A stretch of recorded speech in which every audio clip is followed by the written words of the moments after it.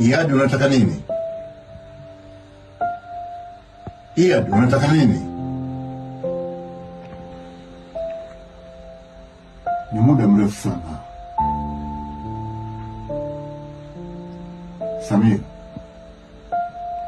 unahisi unafanya kitu gani? Unahisi unafanya kitu gani? Maisha yako yanategemea uamuzi wangu mimi. Maisha gani mapya unaongelea?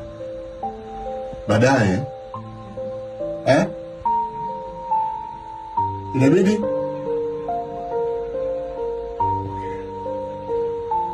naomba tuongee sawa. Baadaye tuongelee ofisini.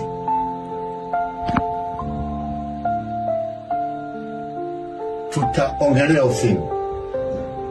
Sawa, tutaongelea ofisini.